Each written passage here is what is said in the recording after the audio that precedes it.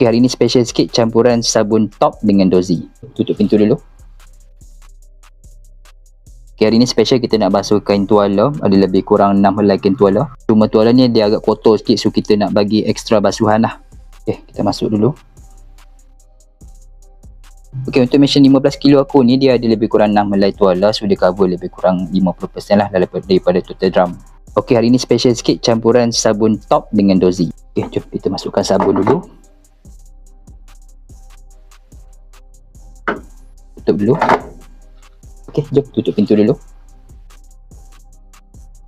Okay, so untuk program special sikit kita ambil yang strong Kita ambil strong.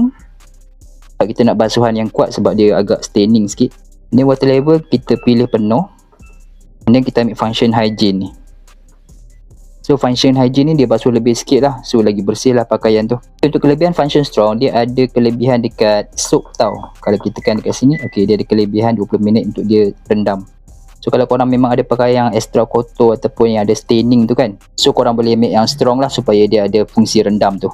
Okay, kita dah set, kita terus tekan start. Nanti dia akan jalan lah sebab kita dah set semua dah. So kalau korang jenis yang rajin basuh comforter ke ataupun tuala yang tebal-tebal tu kan, dan benda tu macam melecehkan sikit lah kalau kita nak basuh kat Dobby kan sebab dia agak besar, korang boleh ambil satu mesin basuh yang macam ni lah. Ambil yang 11 kilo pun dah ok. Yang dalam beg dekat bawah 11 kilo lah yang paling kecil untuk yang ada inverter, so dia lagi jimat elektrik lah. Korang boleh tekan terus beg dekat bawah.